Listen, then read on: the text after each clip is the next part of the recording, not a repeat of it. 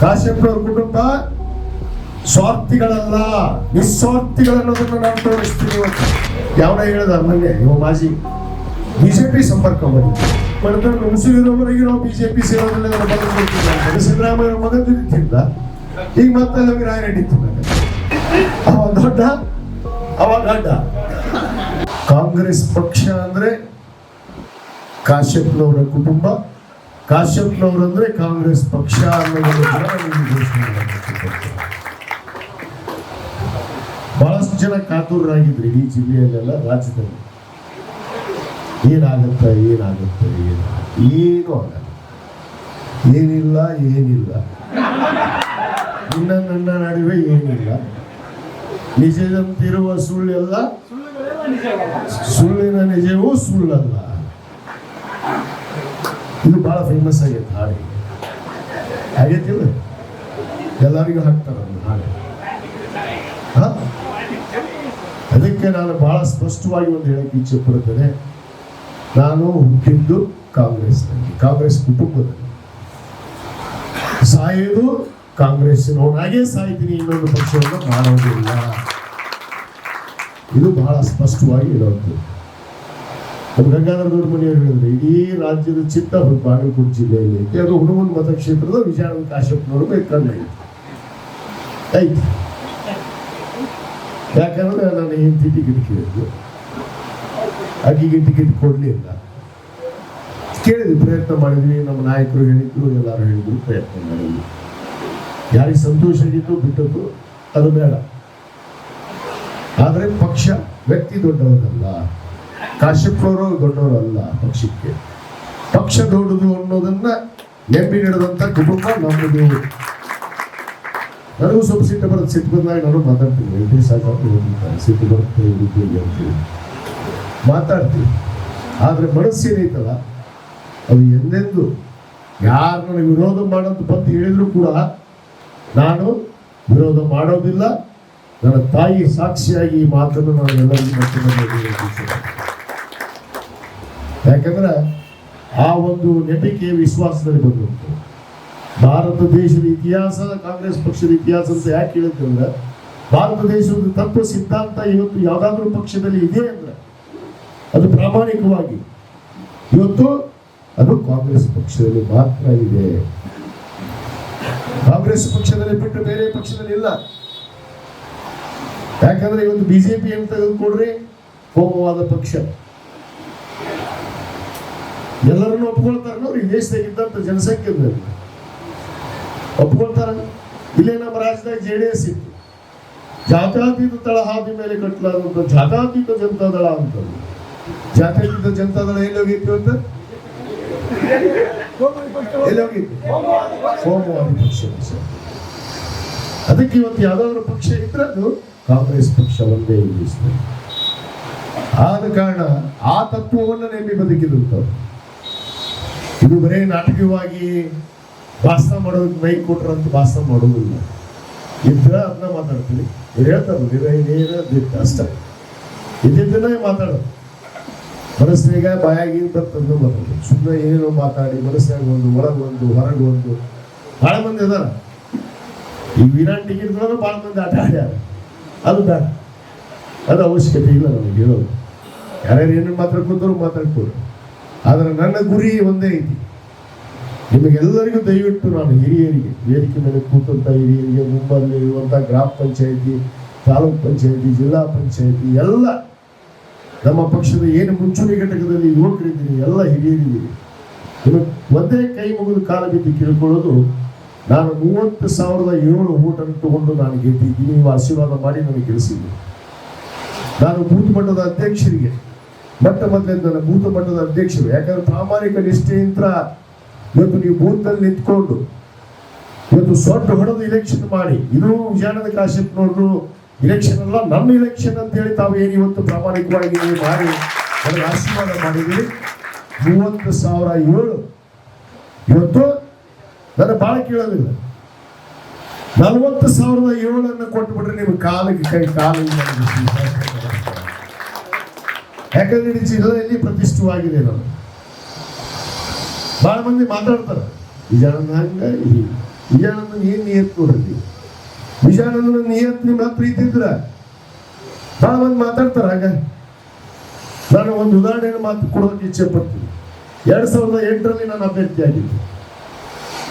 ನಾನು ಸೋತಿದ್ದು 5,000 ಓಟು. 2009ರಲ್ಲಿ ಲೋಕಸಭಾ ಚುನಾವಣೆ ಆಯ್ತು. ಅಲ್ಲಿ 5,000 ಲೀಡ್ ಆಗಿತ್ತು. 5,000 ಲೀಡ್ ಆಗಿತ್ತು. ಸರ್ನಾಯ್ಕ ನಿಂತಿದ್ದು, ಜೆ ಡಿ ಪಾಟೀಲ್ ನಿಂತಿದ್ದು. 5,000 ಲೀಡ್ ಆಗಿತ್ತು. ಸರ್ನಾಯ್ಕ ನಿಂತಾಗೂ 5,000 ಲೀಡ್ ಆಗಿತ್ತು. ನನ್ನ ಕಾಲ ಇಡೀ ಜಿಲ್ಲೆಯಲ್ಲಿ 5,000 ಲೀಡ್. ನಾನು ಎಷ್ಟು ತೊಗೊಂಡಿನಿ, ಎಷ್ಟಕ್ಕೆ ಸೋತೀನಿ. 2008ರಲ್ಲಿ 5,000 ಸೋತಿತ್ತು. 2018ರಲ್ಲಿ 5,000 ಸೋತಿತ್ತು. ನನ್ನ ಪತ್ನಿ ಚುನಾವಣೆ 2019 ಲೋಕಸಭಾ ಚುನಾವಣೆಯಲ್ಲಿ 10,000 ಬಿಜೆಪಿ ಲೀಡ್ ಆಗಿತ್ತು. ಇಡೀ ಜಿಲ್ಲೆಯಲ್ಲಿ ಬೇರೆ ಬೇರೆ ತಾಲೂಕು 30, 40, 25 ಎಲ್ಲ ಲೀಡ್ ಆಗಿದ್ದು. ಯಾಕೆ ಟೀಕೆ ಮಾಡೋದಿಲ್ಲ, ಅವ್ರಿಗೆ ಬರುತ್ತಿದ್ದು ಪರಿಸ್ಥಿತಿ. ಯಾಕೆ ಅವರೆಲ್ಲ ಸೋತಿದ್ರು, ಅವ್ರು ಎಷ್ಟು ಗೆದ್ರು, ಲೋಕಸಭಾದಾಗ ಎಷ್ಟು ಮಾಡಿದ್ರು. ನನ್ನ ಪತ್ನಿ ನಿಂತಾಗ 10,000 ನನ್ನ ವಿರುದ್ಧ. ಆದ್ರೆ ಜೆ ಡಿ ಪಾಟೀಲ್ ನಿಂತಾಗ 5,000 ಲೀಡ್ ಆಗಿದ್ದು. ಸರ್ನಾಯಕರು ನಿಂತಾಗ 5,000 ಲೀಡ್ ಆಗಿದ್ದು ಬಿಜೆಪಿ. ನನ್ನ ಪತ್ನಿ ನಿಂತಾಗ 10,000 ಆಗಿತ್ತು. ನಿಮ್ಮ ಆಶೀರ್ವಾದದಿಂದ ಇವತ್ತು 30,000 ಗೆದ್ದಿರ್ಬೋದು. ಗೆದ್ದಿದ್ದೀವಿ. ಇವತ್ತು ನನ್ನ ಚುನಾವಣೆ ನಾನು 30,007 ಅಲ್ಲ 40,007 ಮಾಡಿ ತೋರಿಸಿದಾಗ ವಿಜಯಾನಂದ ಕಾಶ್ಯಪ್ ಹೌದು ಅನ್ನೋದನ್ನು ನಾನು ತೋರಿಸಕ್ಕೆ ಇಚ್ಛೆಪಡ್ತೀನಿ. ಬಹಳ ಮಂದಿ ಕುತಂತ್ರ ರಾಜಕಾರಣ ಮಾಡ್ತಿರ್ತಾರೆ. ಮಾಡಿ ಯಾಕಂದ್ರೆ ಅದು ನಡೆಯೋದು ರಾಜಕಾರಣ ಅನ್ನೋದು ಹೆಂಗೆ ಅದು ಅವ್ರು ಏನೇ ಮಾಡಿ. ಆದ್ರೆ ನನ್ನ ಗುರಿ ಒಂದೇ. ಎಷ್ಟು ಮಂದಿ ನನ್ನ ಮೇಲೆ ಕಣ್ಣಿಟ್ಟಾರ, ಎಷ್ಟು ಮಂದಿ ಏನ್ ಮಾಡ್ತಾರ, ಬಹಳ ಮಂದಿ ಮಾತಾಡಿ ಆಸೆ ಇರೋದು ಸಹಜ. ಅದಕ್ಕೆ ಬುದ್ಧ ಹೇಳಿದ್ರು, ಆಸೆ ದುಃಖಕ್ಕೆ ಮೂಲವಯ್ಯ. ಯಾಕ್ರಿ ಆಸೆ ಇರಬೇಕು, ದುರಾಸೆ ಇರಬಾರ್ದು. ಕರೆಕ್ಟ್. ದುರಾಸೆ ಯಾರು ಮಾಡ್ಯಾರ? ನಾವು ಮಾಡಿಲ್ಲ. ಕಾಶ್ಯಪ್ರವ್ರ ಕುಟುಂಬ ಸ್ವಾರ್ಥಿಗಳಲ್ಲ, ನಿಸ್ವಾರ್ಥಿಗಳನ್ನೋದನ್ನು ನಾನು ತೋರಿಸ್ತೀನಿ ಇವತ್ತು. ನಾನು ಮಾತಾಡ್ತಾರೆ ಆಸೆ ದುಃಖಕ್ಕೆ. ಆಸೆ ಅತಿ ಆಸೆ ಇರಬಾರ್ದು. ಆಸೆ ಸಹಜ, ಎಲ್ಲರಿಗಿರೋದು ಆಸೆ. ಅತಿ ಆಸೆ ಮಾಡಿಲ್ಲ ನಾವು, ಅತಿ ಆಸೆ ಮಾಡಿಲ್ಲ. ಆಯ್ತು, ಇವತ್ತು ನೋವು ನಿಂತ್ರ ನನ್ನ ಪತ್ನಿ ಮೀನಾ ಮಾತಾಡಿರ್ಬೇಕು, ಮಾತಾಡ ಇಲ್ಲ ಅಂತ ಹೇಳೋದು. ಆಕೆ ನೋವಾಗೈತೆ. ಯಾಕಂದ್ರೆ ಹಲವಾರು ನಾಯಕರು ಆಕೆಗೆ ವಿಶ್ವಾಸ ತೋರಿಸಿದ್ರು, ಕೊಡ್ತೀವಿ ಅಂತ ಹೇಳಿದ್ರು.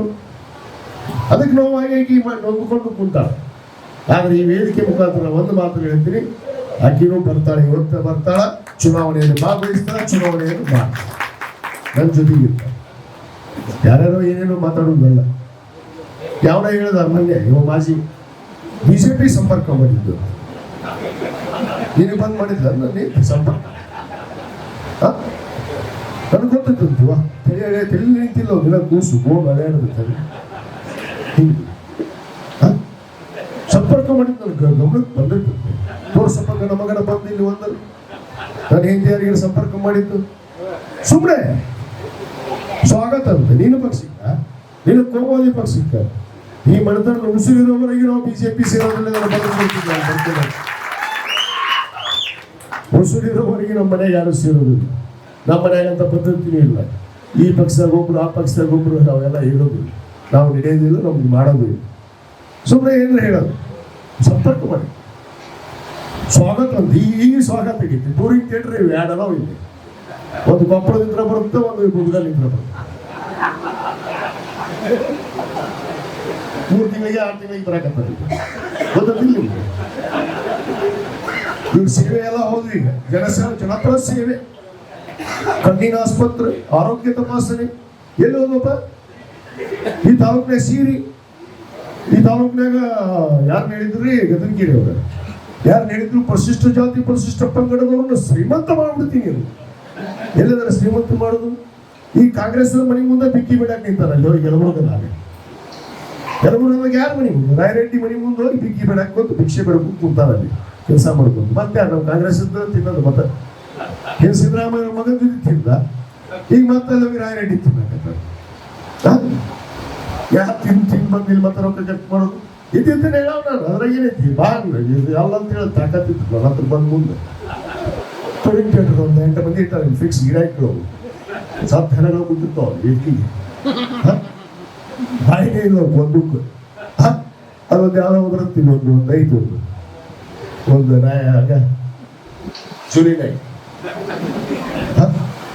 ಇವು ಮಾತಾಡ್ತಾರೆ.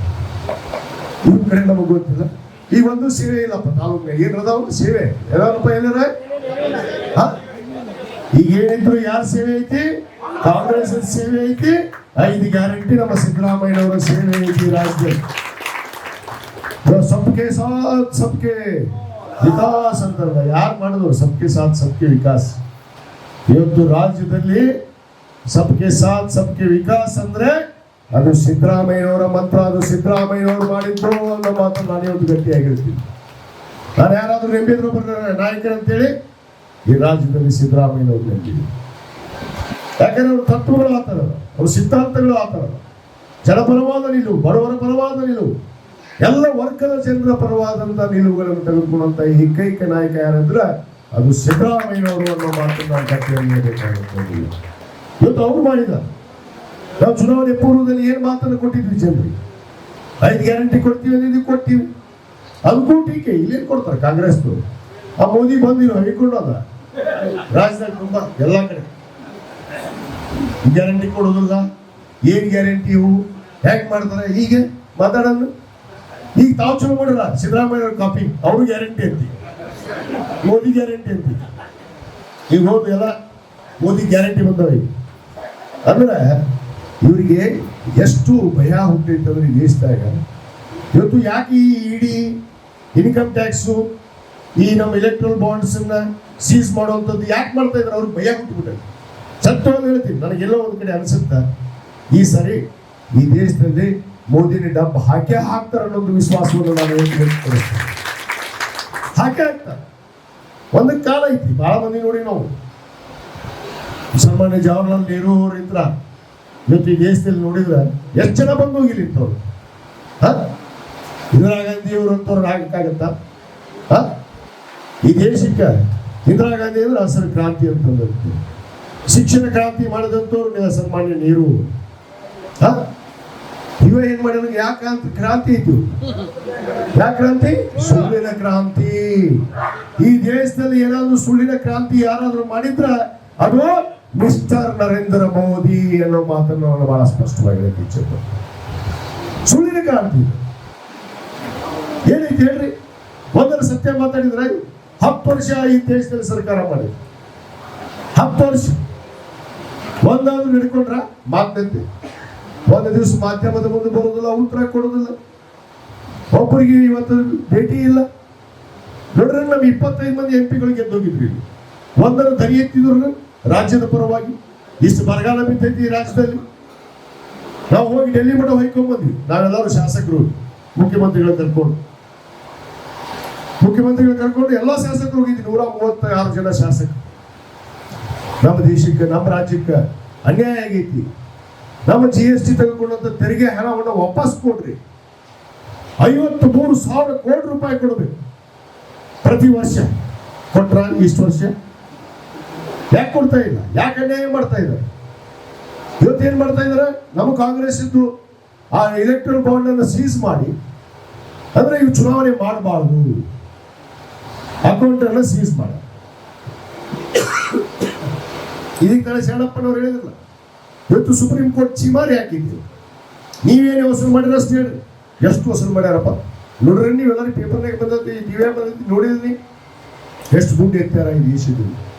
ಭ್ರಷ್ಟಾಚಾರದ ಬಗ್ಗೆ ಒಂದಾದ್ರು ಮಾತು ಇವ್ರದ್ದು ನರೇಂದ್ರ ಮೋದಿ ಅವರು. ಎಷ್ಟು ಭ್ರಷ್ಟಾಚಾರ ಆಗ್ತದೆ.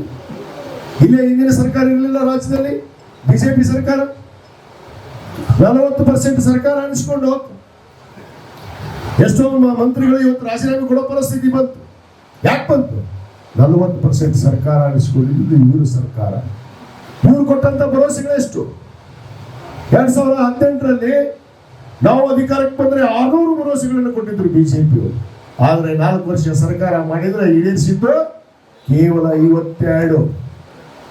ಬರ್ಕೊಂಡು ಹೋಗ್ರಿ, ಬಿಜೆಪಿ ಕೇಳ್ರಿ, ಅವ್ರು ಬಂದ್ರು 52 ಭರವಸೆಗಳು. ಅವ್ರು ಹೇಳಿದ್ರು ರೈತರ ಸಾಲ ಮನ್ನಾ ಮಾಡ್ತೀವಿ, ಅಕ್ಕಿ ಕೊಡ್ತೀವಿ, ಬಡವರಿಗೆ ಅದನ್ನ ಮಾಡ್ತೀವಿ, ಇದನ್ನ ಮಾಡ್ತೀವಿ. ಯಾವ್ದು ಮಾಡಿದ್ರಪ್ಪ? ಯಾವ್ದು ಮಾಡಿದ್ರು? ಒಂದರದ್ದು ಹೇಳ್ರಿ. ಇವತ್ತು ನಮ್ಮ ಸರ್ಕಾರ ಇವತ್ತು ನಿಮ್ಮ ಆಶೀರ್ವಾದದಿಂದ ಈ ರಾಜ್ಯದಲ್ಲಿ 135 ಜನ ಇವತ್ತಿನ ಶಾಸಕರು ಗೆದ್ದ ಮೇಲೆ ನಾವು ಕೊಟ್ಟಂತ ಭರವಸೆಗಳೆಷ್ಟು, ಚುನಾವಣೆ ಪ್ರಣಾಳಿಕೆಯನ್ನು ನಾವು ಬಿಡುಗಡೆ ಮಾಡಿದ್ವಿ. ಈಗಾಗಲೇ ಕೇವಲ 8 ತಿಂಗಳಲ್ಲಿ ಇವತ್ತು 5 ಗ್ಯಾರಂಟಿ ಜೊತೆಗೆ 68 ಭರವಸೆಗಳನ್ನು ಈಡೇರಿಸಿದಂತ ಸರ್ಕಾರ ಅದು ಯಾವ್ದಾದ್ರು ಇದ್ರೆ ಅದು ಕಾಂಗ್ರೆಸ್ ಸರ್ಕಾರ ಅನ್ನೋ ಮಾತನ್ನು ಬಹಳ ಗಟ್ಟಿಯಾಗಿ ಹೇಳಬೇಕಾಗಿದೆ. ನಮ್ಮ ಗುರಿ ಒಂದೇ, ಇವತ್ತು ಈ ದೇಶದಲ್ಲಿ ಮತ್ತೆ ಕಾಂಗ್ರೆಸ್ ಪಕ್ಷ ಅಧಿಕಾರಕ್ಕೆ ಬರಬೇಕು. ಇವತ್ತು ಸನ್ಮಾನ್ಯ ಮಲ್ಲಿಕಾರ್ಜುನ್ ಖರ್ಗೆ ಅವರ ನೇತೃತ್ವದಲ್ಲಿ, ನಮ್ಮ ರಾಹುಲ್ ಗಾಂಧಿ ಅವರ ನೇತೃತ್ವದಲ್ಲಿ, ಪ್ರಿಯಾಂಕ್ ಗಾಂಧಿ ನೇತೃತ್ವದಲ್ಲಿ, ಸೋನಿಯಾ ಗಾಂಧಿ ಅವರ ನೇತೃತ್ವದಲ್ಲಿ ಇವತ್ತು ಈ ದೇಶದಲ್ಲಿ ಮತ್ತೆ ಕಾಂಗ್ರೆಸ್ ಪಕ್ಷ ಇಂಡಿಯಾ ಅನ್ನೋ ಒಕ್ಕೂಟದಿಂದ ಮತ್ತೆ ಇವತ್ತು ಕಾಂಗ್ರೆಸ್ ಪಕ್ಷ ಅಧಿಕಾರಕ್ಕೆ ಬಂದೇ ಬರುತ್ತೆ. ಸನ್ಮಾನ್ಯ ರಾಹುಲ್ ಗಾಂಧಿ ಅವರು ಪ್ರಧಾನಿ ಹಾಗೆ ಆಗ್ತಾರೆ ಅನ್ನೋದು ಭರವಸೆ ನಾನು ವ್ಯಕ್ತಪಡಿಸ್ತೀನಿ. ಜನರು ಬೇಸತ್ತಾರೆ, ಯಾಕಂದ್ರೆ ನಿಮ್ಗೆ ಗೊತ್ತದ ಹೆಂಗೆ ನಿರ್ಣಯ ತಗೊಂತಾರೆ. ಈ ರಾಜ್ಯದಲ್ಲಿ ಒಂದು ಸರ್ಕಾರನ ಮುಗಿಸ್ಬೇಕಾದ್ರೆ ಹೆಂಗ್ ಮುಗಿಸಿದ್ರು ಗೊತ್ತದ. 135 ಜನ ಗೆಲ್ಸಿಲ್ಲ ಕಾಂಗ್ರೆಸ್. ಏನ್ ಹೇಳ್ತಾರ ಯಾರು ಇವ್ರಂಗ ಮೋದಿ ಮೋದಿ ಮೋದಿ ಇವ್ರ ಅಡ್ಡಾಡ್ಲಿ ಮೋದಿ ಅಂತ ಹೊಯ್ಕೊಳ್ತಾರೆ. ಇವ್ರಿತ ಹೊಯ್ಕೊಳ್ಳೋದ ಏನ್ ಹೊಯ್ಕೊಂಡ್ರು ಈ ದೇಶದಲ್ಲಿ ಈ ಸಾರಿ ಜನರು ಬದಲಾವಣೆ ಆಗಿದ್ದಾರೆ, ಅರ್ಥ ಮಾಡ್ಕೊಂಡಿದ್ದಾರೆ ಯಾರು ಬೇಕು ಅನ್ನೋದು, ಯಾರು ಈ ಸುರಕ್ಷಿತವಾಗಿ ಒಂದು ಸಮಗ್ರವಾಗಿ ಎಲ್ಲ ವರ್ಗದ ಜನರಿಗೆ ಕರ್ಕೊಂಡು ಹೋಗುವಂತ ಸರ್ಕಾರ ಯಾವುದು ಅನ್ನೋದು ನಮ್ಮ ದೇಶದಲ್ಲಿ ಜನರು ಅರ್ಥ ಮಾಡ್ಕೊಂಡಿದ್ದಾರೆ. ಆದ ಕಾರಣ ನನ್ನ ಮತಕ್ಷೇತ್ರದ ನನ್ನ ಪಕ್ಷದ ಎಲ್ಲ ಮುಖಂಡರುಗಳಿಗೆ, ಕಾರ್ಯಕರ್ತರಿಗೆ ಎಲ್ಲರಿಗೂ ವಿನಂತಿ ಮಾಡ್ಕೊಳ್ಳೋದಿಷ್ಟೇ, ನಾವು ಇವತ್ತು ನಮ್ಮ ಛಲ ಬಿಡದೆ, ಇವತ್ತು ನಾವು ಹಠ ಬಿಡದೆ ಇವತ್ತು ಈ ಚುನಾವಣೆಯನ್ನ ಬಹಳ ಪ್ರತಿಷ್ಠಿತವಾಗಿ, ಯಾಕಂದ್ರೆ 4 ಬಾರಿ ಇವತ್ತು ಗೆದ್ದು ಹೋಗಿದ್ದಾರೆ. 4 ಬಾರಿ ಬರೀ ಎಲ್ಲ ಗಾಳಿನೇ ಇವೆಲ್ಲ, ಪುಲೋಮ ಗಾಳಿ, ಮೋದಿ ಗಾಳಿ, ಯಾರ್ಯಾರ ಗಾಳಿ ರೀ, ಯಡಿಯೂರಪ್ಪನ ಗಾಳಿ, ವಾಜಪೇಯಿ ಗಾಳಿ, ಯಡಿಯೂರಪ್ಪನ ಗಾಳಿ, ಮೋದಿ ಗಾಳಿ. ಏನ್ ಗಾಳಿ ಇವು? ಏನ್ ಗಾಳಿ ಏನ್ ಮಾಡ್ಯಾವು? ಏನ್ ಗಾಳಿ ಏನ್ ಮಾಡ್ಯಾವ ಹೇಳ್ರಿ? ಇವತ್ತು ರವೀಂದ್ರ ಕಲಬುರ್ಗಿ ಅವ್ರು ಹೇಳಿದ್ರು, ಇವತ್ತು ನಮ್ಮ ಸರ್ಕಾರ ಮಾತು ಕೊಟ್ಟಿತ್ತು. ನೇಕಾರರ ಸಮಸ್ಯೆ ಎಷ್ಟಿದೆ, ಇವತ್ತು ರೈತರ ಸಮಸ್ಯೆ ಎಷ್ಟಿದೆ. ನೇಕಾರರಿಗೆ ಮಾತು ಕೊಟ್ಟಿದ್ವಿ, ರೈತರಿಗೆ ಮಾತು ಕೊಟ್ಟಿದ್ವಿ, ಶೂನ್ಯ ದರದಲ್ಲಿ ನಾವು ಇವತ್ತು ಸಾಲವನ್ನು ಕೊಡ್ತೀವಿ ಅಂತೀವಿ. ಇವತ್ತು ನೇಕಾರರಿಗೆ 10 HP ಕರೆಂಟ್ ನಾವು ಉಚಿತವಾಗಿ ಕೊಡ್ತೀವಿ ಅಂತ ಮಾತು ಕೊಟ್ಟಿದ್ವಿ. 10 HP ಉಚಿತವಾಗಿ ಇವತ್ತು ಕರೆಂಟ್ ಅನ್ನು ಕೊಡ್ತಾ ಇದ್ವಿ. 0% ಅಲ್ಲಿ ಇವತ್ತು ಸಾಲವನ್ನು ಕೊಡ್ತಾ ಇದ್ವಿ. ಇವತ್ತು ಹಿರಿಯರು ಏನಾದ್ರು ಮಾಡಿದ್ರ? ನೇಕಾರ ಎಷ್ಟು ಕಷ್ಟದಲ್ಲಿ ಬಂದಿದ್ರು. ಚಮಕ, ನೂಲು, ರೇಷ್ಮೆ ಎಷ್ಟು ತುಟ್ಟಿ ಆಗಿತ್ತು. ನಾವೆಲ್ಲ ಪ್ರತಿಭಟನೆ ಮಾಡಿದ್ವಿ ನೇಕಾರ ಕರ್ಕೊಂಡು. ಇವತ್ತು ಒಂದ್ ದಿವಸ ಆದ್ರೂ ಗದ್ದಿಗೌಡರು ಬಂದು ಇಲ್ಲೇನಾದ್ರು ನೇಕಾರ ಪರವಾಗಿ ಮಾತಾಡಿದ್ರ? ಕೇಂದ್ರ ಸರ್ಕಾರದ ಮಂತ್ರಿಗೆ ಹೋಗಿ ಪತ್ರ ಕೊಟ್ಟು ಬಂದೀವ. ದಂಡ ಮಿಸ್ಟರ್ ದಂಡ ದೊಡ್ಡ ಅವ ಗಡ್ಡ ಪತ್ರ ಕೊಟ್ಟು ಬಂದ್ರಿ. ಏನು ಬಂತ? ನೇಕಾರ ಕಡಿಮೆ ಮಾಡಿದ್ರೇನ್ರಿ ಮಂಜುನಾಥ್ ಸೊಪ್ರದವ್ರ? ಏನ್ ರೇಟ್ ಕಡಿಮೆ ಆಗ್ಯಾವ? ಏನಿಲ್ಲ. ಇವತ್ತು ನಾವು ಕೊಟ್ಟಂತ ಮಾತನ್ನು ನಡೆಸಿದ್ವಿ. ಸೀರಿನೇ ಮಾರಾಟ ಇಲ್ಲ ಪಾಪ. ಇವತ್ತು ಅಂತಾರಾಷ್ಟ್ರೀಯ ಮಟ್ಟದಲ್ಲಿ ನಮ್ಮ ಇಳಕಲ್ಲು ಇವತ್ತು ಏನೇನೋ ಆಗ್ಬೇಕು. ಆದ್ರೆ ಏನಾಯ್ತು ಪರಿಸ್ಥಿತಿ? ನಮ್ಮ ನೇಕಾರ ಪರಿಸ್ಥಿತಿ, ರೈತರ ಪರಿಸ್ಥಿತಿ ಏನಿದೆ ರಾಜ್ಯದಲ್ಲಿ? ಇವತ್ತು ಮಳೆ ಇಲ್ಲ. ರೈತರಿಗೆ ಇವತ್ತು 2,000 ರೂಪಾಯಿ ಹಾಕಿರಿ, 2,000 ರೂಪಾಯಿ ಕಳಿಸಿದ್ರು ನಮಗೆ. ನಮ್ಮ ಮುಖ್ಯಮಂತ್ರಿಗೆ 2,000 ರೂಪಾಯಿ ಹಾಕಿರಿ. ಪಾಪ ಬೆಳೆಲಾರದ ಬಿತ್ತಲಾರದ ಭೂಮಿಗೆ ಎಷ್ಟು ರಾಜ್ಯ ಸರ್ಕಾರದಿಂದ ಸಹಾಯ ಮಾಡಬೇಕಷ್ಟು ಸರ್ಕಾರ ಮಾಡಿದ್ವಿ. ಇವತ್ತು ನಮ್ಮ ಮತಕ್ಷೇತ್ರಕ್ಕೆ ಬರ್ರಿ, ಎಷ್ಟು ಅಭಿವೃದ್ಧಿ ಕೆಲಸ ಮಾಡಿಲ್ಲ. ಶಾಸಕರಿಗೆ ಒಟ್ಟು ರೊಕ್ಕ ಕೊಟ್ಟಿಲ್ಲ. ನಾನು ತೋರಿಸ್ತೀನಿ ಬರ್ರಪ್ಪ ಗಣ ಮಕ್ಕಳ, ಬಂದು ಕೇಳ್ರಿ. ಇವಾಗ ಹೇಳ್ತಾನೆ ಮೊನ್ನೆ ದಡ್ಡ ಅದ್ಯಾವುದು JJM ಅಂತ. ಯಾವ ಊರಾಗ ಎಷ್ಟು ನೀರು ಬರ್ತಾವಪ್ಪ ನಿಮ್ ನಳದಾಗ? ಒಂದ್ ಊರಾಗ ನೀರು ಬರ್ತಾವ. ಈಗ ನಾನು ಬಂದ ಮೇಲೆ ಚಲೋ ಮಾಡಿಸಿ ನಾವು ನೀರನ್ನ ಕೊಡಬೇಕಂತ ನಳಕ್ ಮನಿ ಮುಂದೆ ನಳ ಬಿಟ್ಟಾರ್ರಿ. ನಳನ ಮುರಿದೋಕೋ ತಿರುಗಿಲ್ಲ, ಆದ್ರೆ ನೀರೇ ಇಲ್ಲ. ಅವ ಹೇಳ್ತಾನೆ, ನಮ್ಮ ನರೇಂದ್ರ ಮೋದಿ ಹೇಳ್ತಾನ, ಏನಿದು ಹರ್ ಘರ್ ಮೇ ನಲ್ ಅಂತ. ನಲ್ ಮೇ ಪಾಣಿ, ನಲ್ ಮೇ ಜಲ್, ಜಲ್ಲಿ ನೈ ಜಲ್ ಐತ. ಯಾ ಜಲ್? ನಿಮ್ದ ದೂರದಷ್ಟು ಜಲ್ ಬಿಡ್ರಿ. ಒಂದು ಊರಾಗ ನಾವು ಇದು ರಾಷ್ಟ್ರೀಯ ಹೆದ್ದಾರಿ ಈ ರೀತಿ ಹೇಳಿದ್ರು ನಮ್ಮ ಇಂಡಿಯಾ ಸರ್ಕಾರ. ರಾಷ್ಟ್ರೀಯ ಹೆದ್ದಾರಿ ಪರಿಸ್ಥಿತಿ ಇವ್ರ 2008 9 ಈ ಹೈವೇ ಆಗೋ ಹೊತ್ನಾಗ ಇದು ಫ್ಲೈಓವರ್ ಇತ್ತು. ನಾನು ಅಧಿಕಾರಿ ಕೇಳಿಲ್ಲ. ಫ್ಲೈಓವರ್ ರದ್ದು ಮಾಡಿಸ್ತೀವಿ ಇವ್ರ ಪತ್ರ ಕೊಟ್ಟರೆ ಈ ಇಲ್ಲಿ ಇದು ಬೇಡ, ನಮಗೆ ಫ್ಲೈಓವರ್ ಬೇಡ ಅಂತೇಳಿ ಅದಕ್ಕೆ ರದ್ದಾಗಿದ್ದು. ಅದನ್ನು ನಾನು ಈ ಶಾಸಕರಾದ್ಮೇಲೆ ಬಂದು ಕೂಡ ನಾನು ಹತ್ತಿದ್ದೆ. ನಾನು ಅದು ಅಂಡರ್ ಪಾಸ್ ಆಗ್ಬೇಕು. ಎಷ್ಟು ಮಂದಿ ಸತ್ರು ಪಾಪ ಅಲ್ಲಿ. ಮೊನ್ನೆ ಒಬ್ಬ ಗರ್ಭಿಣಿ ಹೆಣ್ಮಗಳು ಪಾಪ ಹೊಟ್ಟೆ ಕೂಸಿದ್ದು ಪಾಪ ಆಕ್ಸಿಡೆಂಟ್ ಆಗಿ ಆ ತಾಯಿ ಸತ್ತು. ಒಂದು ಮಗು ತಾಯಿ ಕೂಡ. ಇವ್ರ ಕರುಣೆ ಐತೆ, ಇವ್ರ ಮನೆಯಲ್ಲೇ ಐತಿ. ಇವ್ರ ಮನೆ ಸಂಬಂಧ ಅದನ್ನ ಇದು ಫ್ಲೈಓವರ್ ಬೇಡ ಅಂತ ಇವ್ರ ಮನೆಯೇ ಕಾಣೋದು ಅಂತೇಳಿ ಅದಕ್ಕೆ ಈಗ ಬಣ್ಣ ಹತ್ತಿ ಈಗಾಗಲೇ ನಾನು ಟೆಂಡರ್ ಮಾಡಿಸಿದ್ದೀನಿ. ಅದನ್ನ ಹೇಳ್ತಾರ ನಾವು ನಮ್ಮ ಗದ್ದಿಗೌಡರು ಮಾಡಿದ್ವಿ. ಗದ್ದಿಗೌಡರು ಏನ್ ಮಾಡ್ತಾರೆ? ಬದ್ನಿಕಾಯಿ ರೇಲ್ವೆ ಮಾಡ್ಸಕ್ಕಾಗಿಲ್ಲ. ಇದೇ ಇದಕ್ಕೆ ಕುಷ್ಟಿಗೆ ಬಂದೈತಿ. ಕುಷ್ಟಿಗೆ ಇದ್ರೆ ಮುದುಗಲ್ ಹೊಂಟೈತಿ. ಅದನ್ನ ಹಿಂಗೆ ಇಲ್ಕಡೆ ತಗೊಂಡು ಹಿಂಗೆ ಹೋಗ್ಲಾಕಿತ್ತಿಲ್ಲ. ಎಷ್ಟು ದೂರಪ್ಪ ಕುಷ್ಟಿಗೆ? ಇಲ್ಲಿಂದ್ರ 24, ಇಲ್ಲಿ ಎಷ್ಟೈತಿ? ಒಂದು 30 ಕಿಲೋಮೀಟರ್ ಎಲ್ಲ ಸೇರಿ ಹಿಂಗೆ ಬಂದು ಇಲ್ಕಲಿಗೆ ಬಂದು ಹಿಂಗೆ ಟ್ರೈನ್ ಹೋಗ್ತಿತ್ತ. ಈಗ ನೋಡ್ರಿ, ಕುಷ್ಟಿಗೆ ಇದ್ರೆ ಮುದುಗಲ್ ಹೊಂಟೈತಿ. ಈ ಟ್ರೈನ್ ತರಕಾಗಿಲ್ಲ. ಹಣೆ ಬಾರ ಇವ್ರು 4 ಬೇರೆ ಸಂಸದರು ಏನ್ ಮಾಡ್ರ ಕೆಲಸ? ಅಭಿವೃದ್ಧಿ ಕೆಲಸ ಇಲ್ಲ. ವರ್ಷದಾಗ ಒಂದು 5 ವರ್ಷಕ್ಕೊಮ್ಮೆ ಒಂದು ಕ್ಷೇತ್ರಕ್ಕೆ ಭೇಟಿ ಕೊಟ್ಟರು ದೊಡ್ಡದು. ಒಂದೇ ಸಾರಿ ಬಿಟ್ರಿ ಯಾವುದೇ ಅಭಿವೃದ್ಧಿ ಕೆಲಸ ಇಲ್ಲ. ಇವತ್ತು ಈ ಹೈವೇನ ಬೈಪಾಸ್ ಮಾಡಿದ್ವಿ, ಈ ಟೆಂಡರ್ ಆಗೈತಿ. ಇನ್ನೊಂದು ಕೆಲಸ ಚುನಾವಣೆ ಮುಗಿದ್ರೊಳಗಡೆ ನಿನ್ನೆ ತಾನೇ ಮಾತಾಡಿದೆ ನಾನು PD-ಗೆ, ಪ್ರೊಜೆಕ್ಟ್ ಡೈರೆಕ್ಟರ್ಗೆ. ಚುನಾವಣೆ ಮುಗಿದ ತಕ್ಷಣವೇ ಇವತ್ತು ಇಳಕಲ್ಲು ನಮ್ಮ ಅಂಡರ್ ಪಾಸ್ ಆಗತ್ತೆ. ಎಷ್ಟು ಮಂದಿ ಪಾಪ, ಎಷ್ಟು ಮಂದಿ ಜೀವ ಕೊಟ್ಟರು ಅಲ್ಲಿ. ನಾನು ಅದಕ್ಕೆ ಮತ್ತೆ ನಾನು ಬಂದ ಮೇಲೆ ಹಂಪ್ ಸಾಕಿ ಸ್ಪೀಡ್ ಕಂಟ್ರೋಲ್ ಮಾಡಿ ಜನರು ಹೋಗ್ಬಾರ್ರಿ ಅಂತ ಹೇಳಿ ಎಷ್ಟೋ ಪ್ರಯತ್ನ ಮಾಡಿದೆ. ಅಷ್ಟರೊಳಗೆ ಟೆಂಡರ್ ಆಯಿತು. ಇವತ್ತು ಆ ಬೈಪಾಸ್ ಅಲ್ಲಿ ಸರ್ವಿಸ್ ರೋಡ್ ಮಾಡ್ರಿ ಅಂತೀವಿ. ಇವ್ರ ಅಪ್ಪನ ಸರ್ವಿಸ್ ರೋಡ್ ಕಂಪಲ್ಸರಿ ಮಾಡಬೇಕು. ಹೈವೇ ಬೇಕು. ಊರು ಇತ್ತ ಮೇಲೆ ಸರ್ವಿಸ್ ರೋಡ್ ಮಾಡಿಸಿದ್ವಿ. ಬಾಬು ಸರ್ವಿಸ್ ರೋಡು ಗೊತ್ತಿತ್ತು ನನಗೆ, ಎಲ್ಲ ಗೊತ್ತಿದ್ದು. ಊರಾಗ ಒಂದು ಊರಿಗೆ ಹೋಗಾರ ರೋಡ್ ಸುತ್ತಿಲ್ಲ. ಈಗ ನಿಮ್ಗೆ ಗೊತ್ತೈತಿ ಸುಳಿಬಾವಿ ಗುಡೂರು ರೋಡ್ ಹೆಂಗಿತ್ರಿ? ಈಗ ಬಂದ ಸುಳಿಬಾವಿ ಗುಡೂರು ರೋಡ್ ರೀ. ಹೋಗ್ರಿ ರೋಡ್ ನೋಡ್ರಿ. ಅಗಳೆ ಎಷ್ಟು ರೋಡ್ ಕೆಲಸ ಮಾಡಿದೀನಿ. ಇವತ್ತು ಇಳಕಲ್ಲಲ್ಲಿ 9 ಕೋಟಿ ಒಂದು ಕೆರೆ ಹಾಕಿದೀನಿ. 5 ಕೋಟಿ ರೂಪಾಯಿ ಒಂದು ಅಲ್ಲಾಪುರ ಪೇಟೆಗೆ ಬ್ರಿಡ್ಜ್ ಹಾಕಿದೀನಿ. 30 ವರ್ಷ ಅಂತ ಗುಡ್ಸಿ ಬಾಗಿಲ್ಕೊಂಡು ಟ್ರೈನ್ ಏನೇ ತರ ಆಗಿಲ್ಲ, ಸರ್ವೆ ಆಗಿಲ್ಲ. ಇನ್ನು ಇಷ್ಟು ಪರಿಸ್ಥಿತಿಯಲ್ಲಿ ಇದು ಕೇಂದ್ರ ಸರ್ಕಾರ ಮಾಡುವಂತ ಕೆಲಸಗಳಿವೆ. ಇದು ರಾಜ್ಯ ಸರ್ಕಾರ ಅಲ್ಲ. ರಾಜ್ಯ ಸರ್ಕಾರ ಎಲ್ಲ ರೀತಿ ಸ್ಪಂದಿಸಕ್ಕೆ ರೆಡಿ. ಆದ್ರೆ ಯಾವುದೇ ಯೋಜನೆಯನ್ನ ಇವತ್ತು ನಮ್ಮ ಜಿಲ್ಲೆಗೆ ಆಗಿಲ್ಲ. ಇವತ್ತು ಜನರು ಕೂಡ ಬೇಸತ್ತು ಹೋಗಿದ್ದಾರೆ. ಖಂಡಿತವಾಗಿ ವಿಶ್ವಾಸ ಇದೆ. ಈ ಸಾರಿ 4 ಬಾರಿ ಗೆದ್ದಂತ PC ಯಾರೋ ಗದ್ದಿಗೌಡ್ರ ಈ ಸಾರಿ ಸುಡ್ಕೇಸ್ ರೆಡಿ ಮಾಡಿ ಮನೆಗೆ ಹೋಗಕ್ಕೆ ರೆಡಿ ಆಗ್ರಿ. ಗ್ಯಾರಂಟಿ ಮುಗಿತು. 4ಕ್ಕೆ ಮುಗಿತು. ಇವತ್ತು ಈ ಸಾರಿ ಕಾಂಗ್ರೆಸ್ ಪಕ್ಷ ಇವತ್ತು ಬಾಗಲಕೋಟೆ ಜಿಲ್ಲೆಯಲ್ಲಿ ಗೆದ್ದೇ ಗೆಲ್ಲಂತ ನನ್ನ ವಿಶ್ವಾಸವನ್ನು ನಾನು ಇವತ್ತು ವ್ಯಕ್ತಪಡಿಸ್ತೇನೆ ಬಂಧುಗಳೇ. ಆದ ಕಾರಣ ನಮ್ಮ ಜವಾಬ್ದಾರಿಯನ್ನ ಪ್ರಾಮಾಣಿಕತೆ ಮತ್ತು ನಿಷ್ಠೆಯಿಂದ ನಾವು ನಿರ್ವಹಿಸೋಣ. ಯಾರು ಮಾತಾಡಕ್ ಹೋಗ್ಬೇಡ್ರಿ. ನನಗೆ ಭಾಳ ಮಂದಿ ಬೈದಿರಿ. ನೀವು ಏನ್ರಿ ಟಿಕೆಟ್ ಕೊಡಿಸಿಲ್ಲ ನೀವು ನಮ್ಮ ಮಕ್ಕಳಿಗೆ ಅಂತ ಹೇಳಿ ನಿಷ್ಪಂದ ಅಂದಿರಿ. ಕೊಟ್ಟಿದ್ದಲ್ರಿ ಅವ್ರು ತೊಗೊಂಬಂದಾರ್ರಿ, ಬಿಜಾಪುರದ ಬಂದು ತೊಗೊಂಬಂದಾರ್ರಿ. ಯಾಕೆ ಮಾಡ್ಬೇಕ್ರಿ? ದಯವಿಟ್ಟು ಯಾವ್ದು ಬೇಡ. ಪಕ್ಷದವರು ಕಾಂಗ್ರೆಸ್ ಪಕ್ಷದವ್ರದ್ದು ನಿಮ್ಮ ಕೈ ಮುಗಿದು ಬೇಡ್ಕೊತೀನಿ. ಯಾರು ಕೂಡ ಅಪಸ್ವರ ಮಾತಾಡಕೂಡುದು. ನನ್ನ ಮನೆಯವರಾದಾಗಿ ನನ್ನ ಪತ್ನಿಗೂ ಹೇಳ್ತೀನಿ. ನಾನು ಇವತ್ತಿಂತ ಮುಗಿತಿ. ನೀವು ಮಾತಾಡೋದು. ನಮ್ಮ ನಾಯಕರು ಸಭೆ ಕರೆದಿದ್ರು, ಸನ್ಮಾನ್ಯ ಮುಖ್ಯಮಂತ್ರಿಗಳು, ಉಪಮುಖ್ಯಮಂತ್ರಿಗಳು, ಇವತ್ತು ನಮ್ಮ ಉಸ್ತುವಾರಿ ವಹಿಸಿದ ರಣದೀಪ್ ಸಿಂಗ್ ಸುರ್ಜೇವಾಲ ಅವರು ಇವತ್ತು ಏನು ಹೇಳಿದ, ಭವಿಷ್ಯದಲ್ಲಿ ಅವ್ರಿಗೆ ಒಂದು ಸ್ಥಾನ ಕೊಡ್ತೀನಿ ಅಂತ ಹೇಳಿದಾರೆ. ಅದು ಕೊಟ್ಟೆ ಕೊಡ್ತಾರೆ ಅನ್ನೊಂದು ವಿಶ್ವಾಸವನ್ನು ಕೊಡ್ತಾರೆ. ನನಗೆ ಆತ್ಮವಿಶ್ವಾಸ ಇತ್ತು ನನ್ನ ಪಕ್ಷದ ಮೇಲೆ, ನನ್ನ ನಾಯಕರ ಮೇಲೆ. ದಯವಿಟ್ಟು ನೀವು ಯಾರೋ ಅಸಮಾಧಾನಗೊಂಡು ಏನೇನೋ ದಯವಿಟ್ಟು ಕೂಡ ಮಾತಾಡ್ತೀವಿ. ನೀವು ಅಪಸ್ವರ ಮಾತಾಡಿದ್ರೆ ಅದಕ್ಕೆ 100 ಮಂದಿ ಅಪಸ್ವರ ಇರ್ತಾರೆ, ಕಾಯಕತ್ತರ ವಿರೋಧಿಗಳು. ದಯವಿಟ್ಟು ಮಾತಾಡಕ್ಕೆ ಹೋಗ್ಬೇಡ್ರಿ. ನಾನು ಯುವಕರಲ್ಲಿ ವಿನಂತಿ ಮಾಡ್ಕೊತೀನಿ. ಮೊನ್ನೆ ನನ್ನ ಜೊತೆ ಬಿಸಿಲಿಗೆ ಹೋದಾಗ ಜಗಳ ಆಡಿದ್ರು. ಬಿಸಿಲಿಂದ ನಮ್ಮ ಯುವಕರು ನನ್ನ ಜೊತೆ ಜಗಳ ಆಡಿದ್ರು. ಹೋಗ್ರಿ ಎಲೆಕ್ಷನ್ ಮಾಡೋದು. ದಯವಿಟ್ಟು ಅದು ಮಾಡ್ರಿ. ಕೈ ಮುಗಿತೀರಿ, ಅನ್ಬಾಡ್ರಿ.